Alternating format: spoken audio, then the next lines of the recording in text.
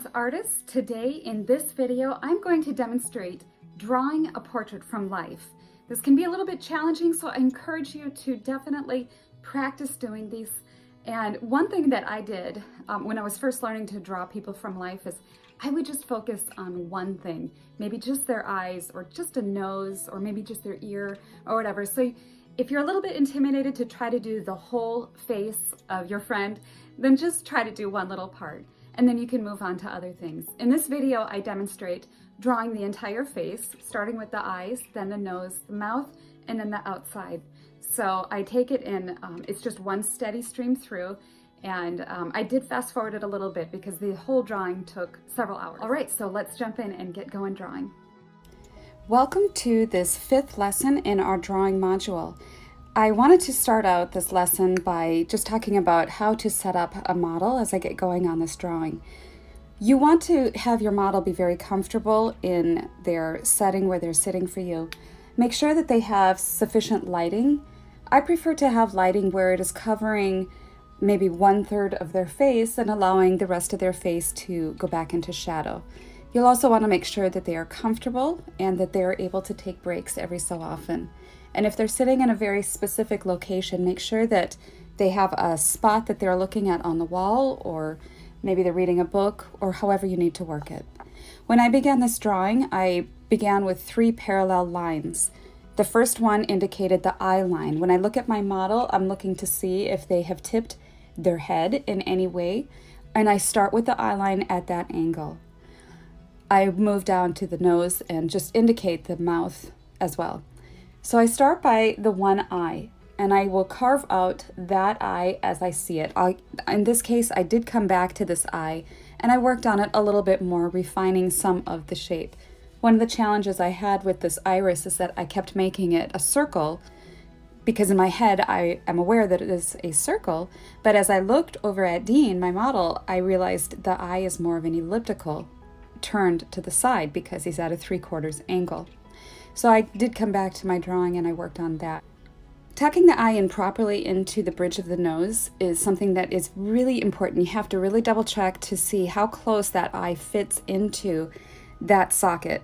If their head is turned a little bit, I'm always surprised to find out that that eye is closer to the bridge of the nose when the head turns. So also determining the distance of the side of the face to that eye, just double check to where that falls into place. But I try not to wander around the face too much until the eyes are more in place. So getting the one eye at least started, then I work on the other eye. And sometimes I find it easier just to apply a mass of value to an area lightly, and then I can erase out and carve out a little bit more of the information. So I felt that the other eye was adequately in place as I mapped out some of those darker value areas deep inside the eye socket towards the bridge of the nose. By making that value sufficiently dark enough, it really did give the illusion of a socket that fits into the bridge of the nose there. And then again, by applying this value over an entire area, I'm able to sort of push some of the value or lighten and erase some areas where there's some contouring in the skin. And again, by just tipping my pencil a little bit more vertical, I can apply a little bit more pressure to get some of that darker areas in the contouring of around the eye. And that's that in that area there, just taking in a few measurements, figuring out where things are located exactly, and mapping out that area, that place. Another area that I really enjoy studying is how the eyes work and the sparkle in the eyes and how to make an eye look like it is being pleasant. And so in this context here with Dean, I noticed that the muscles under his eyes were pushing up just a little, and it created sort of that sparkle. So I'm trying to work that into my drawing, and the closer I looked, the more I would erase some areas around there to just really pull that feature out a little bit more. And then of course adding the shine in the eye lent that feeling as well. And you can see as I'm going along here, I keep a kneaded eraser in my other hand and my pencil in my right hand, and I just use the eraser every now and then to maybe pull out some areas in the eyebrow or the brow bone ridge where I see a little bit more highlight, and I just will just sort of dab out some of those areas.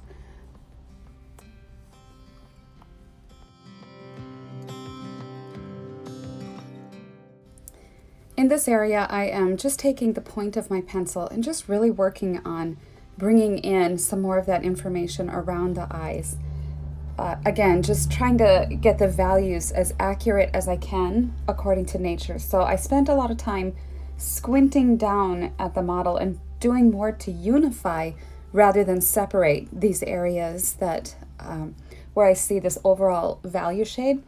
The temptation is to get in there and really look at all the differences, but what you need to do is look for the ways in which it's all unified and tied together.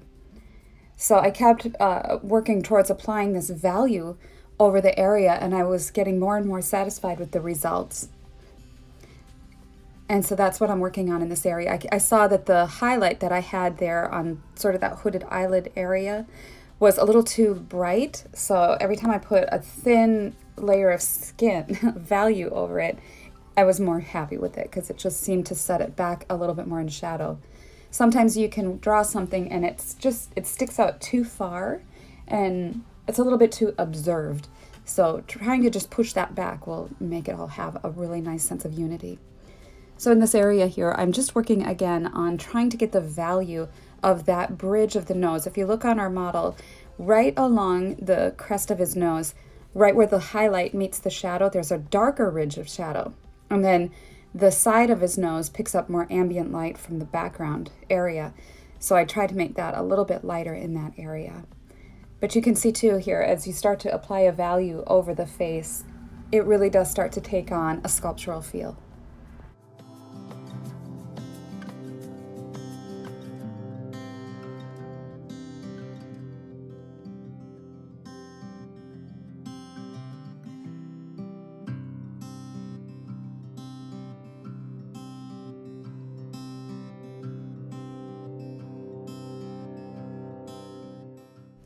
The study of the nose is one of my favorite things to observe and really get in there and take apart and understand the angles.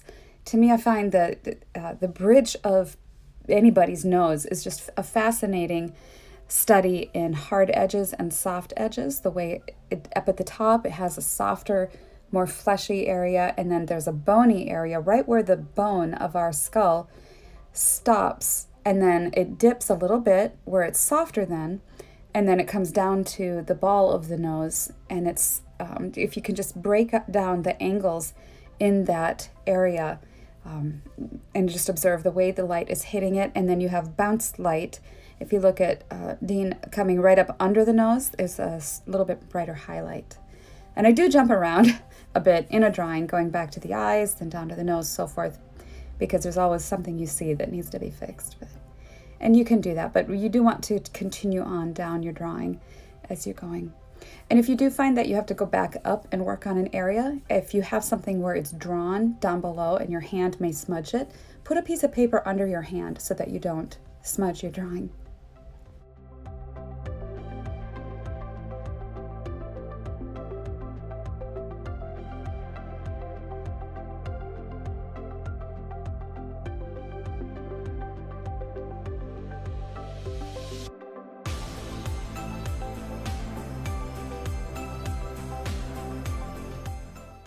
You also want to be on the lookout for anywhere where you can soften and lose an edge. So as I'm working on his face, if I don't need an edge because maybe it meets the lit background or the bridge of the nose on the lit side meets the lit side of the face, then I don't need a line. Sometimes we think that because we understand that something has an edge or a boundary, that we need to give it that, by applying a line. But really look at it, and if you do not need a line, or the values are close enough, don't put one in. You can just leave it open and blank. Sometimes it's difficult to recognize that we don't need to have an edge. So just learn to look for every area where you can leave something out.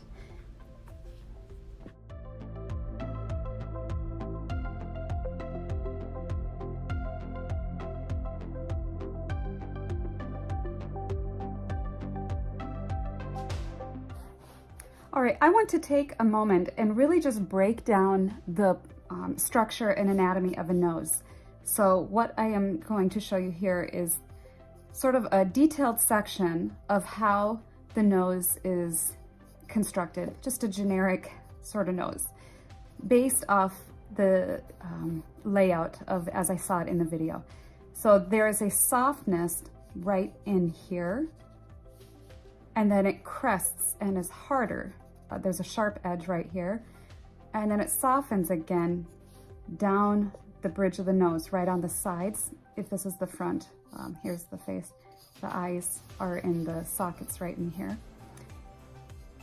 All right, and then as it comes out, the base of the nose has sort of a diamond type shape here that breaks halfway like this.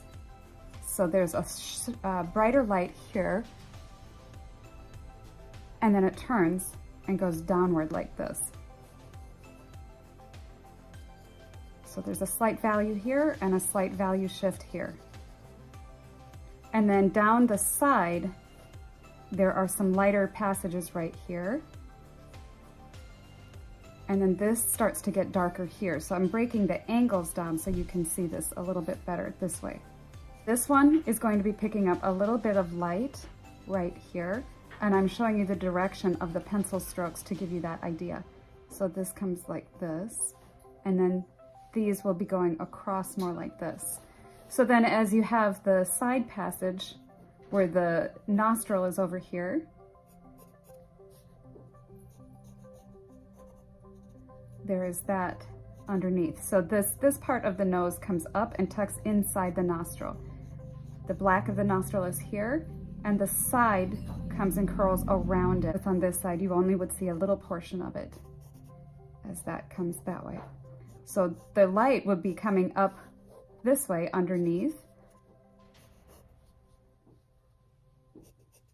and then these flare out a little. So then you have an overall value mass coming down the side of the nose. Same thing with over here, if you want to add some of that to help really bring the bridge of that nose out.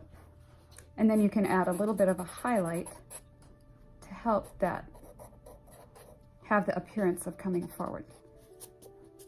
So just a sidestep into the overall construction of a nose.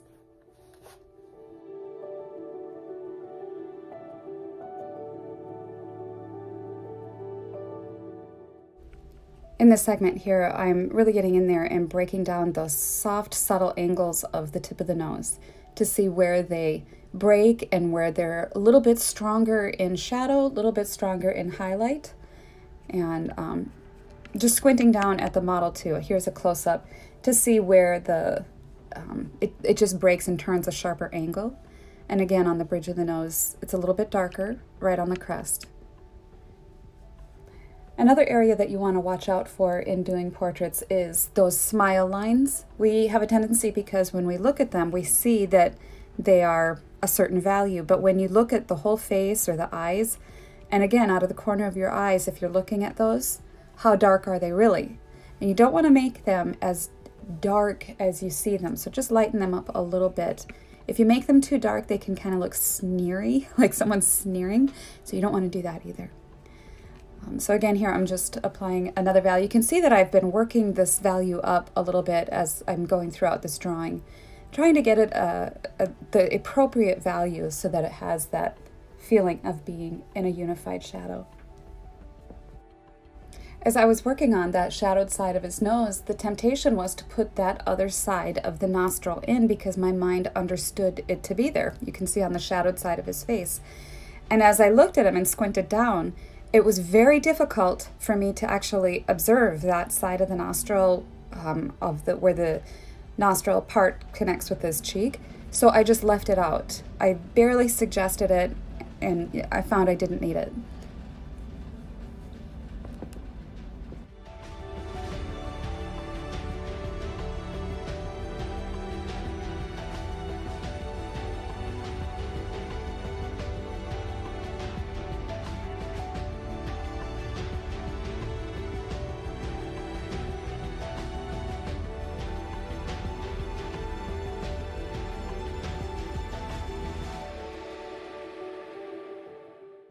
I've also found that in drawing the boundary of a face, for example, on this side, the lit side of the face, it's a little easier to me to draw that boundary instead of with a line with a value mass. So in this case, I'm putting a value mass all over that side of his face, and then instead of with a pencil line drawing the contour, instead I will go through and erase what is face.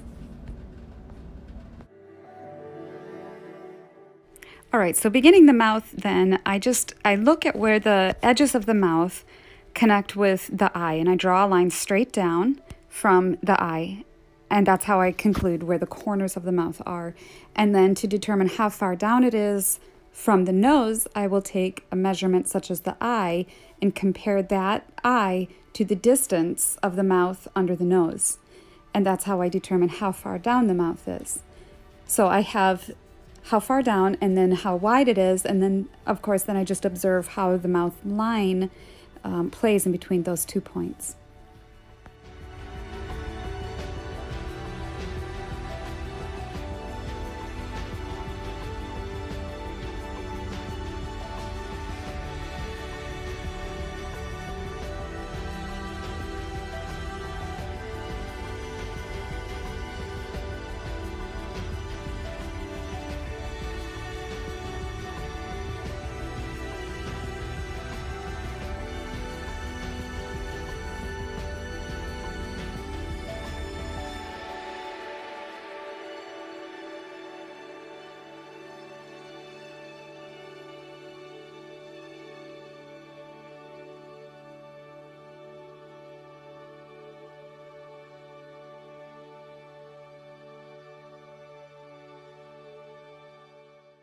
When working around the mouth, it's important to try to get the whole value mass of that whole muzzle area at the same time while working the mouth, because it really is connected.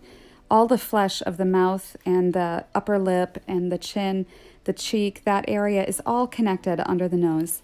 And so just work on putting an entire value mass over that, and then you can sort of sculpt out with an eraser as you're going along. And pull in just a few sharp accents. Remember to tuck the corners of the mouth into the flesh of the cheek. It'll give it a more lifelike appearance and make your person appear a little more pleasant, like they're almost like they're sort of smiling, whatever you can. It's just sort of a trick you can do to make them look a little more pleasant. If you draw the line that separates both lips very sharp and hard, it will appear that they are stressed and tense. So keeping those two lips where they're connected soft and almost lost in some places where the edges, if you look at the value of the top lip and the bottom lip, if in any area the value is very similar, then do what you can to lose an edge there, as well as the outlining of the lips. Look very closely. We do not see an outline of the lips. What we see is one value mass approaching another value mass. So that on his face, on the lit side of the passage underneath the nose above the mouth, it's very lit, as is that side of the top of his mouth and the lower lip. So I don't even have those drawn. They're just assumed that they're part of the anatomy and they're kind of washed out in light. So then as the mouth curves over into shadow, then we start to see a little bit more definition in that area. And I'm working here just on the cheek and how it relates to the background as well. So again, wherever you can lose something, instead of drawing it as a linear passage, do that and it'll have a little bit more sculptural feeling to it.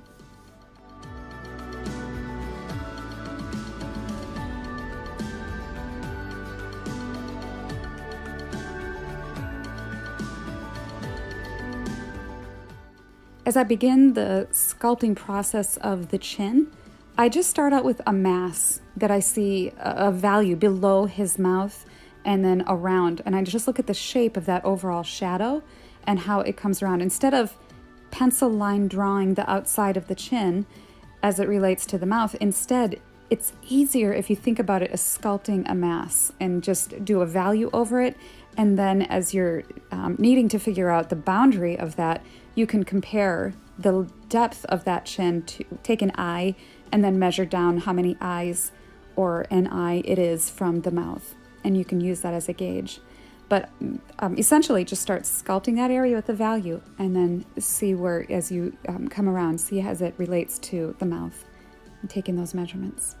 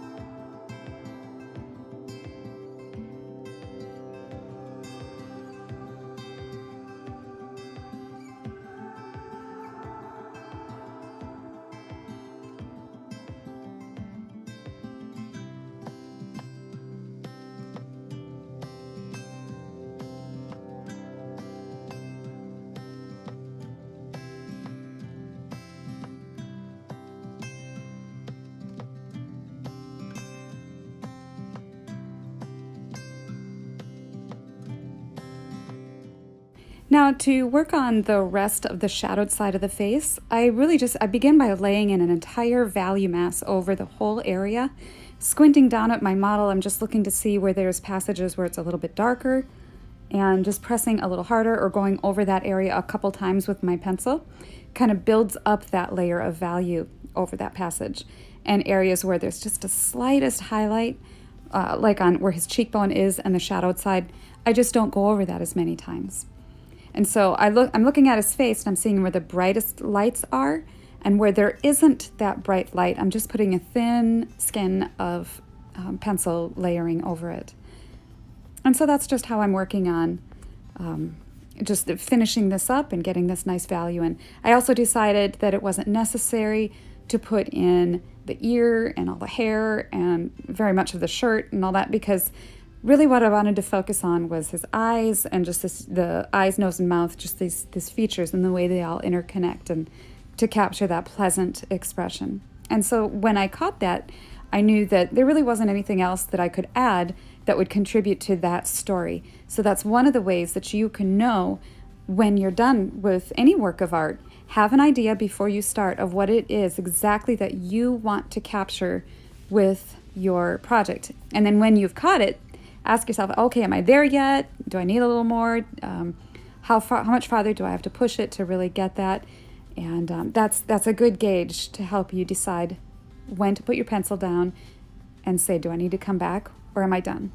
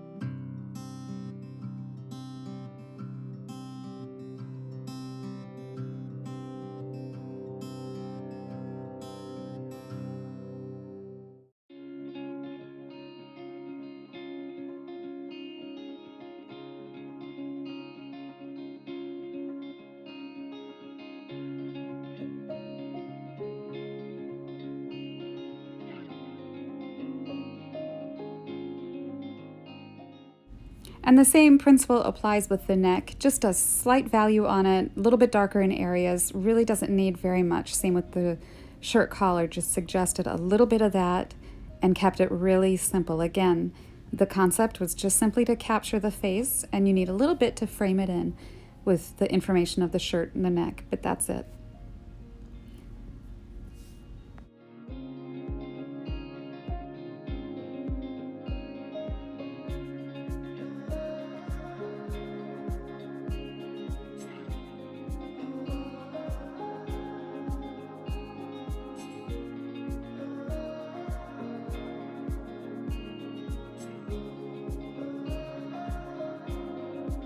Well, that wraps up our drawing module. Next one we are going to be getting into is Victorian watercolor.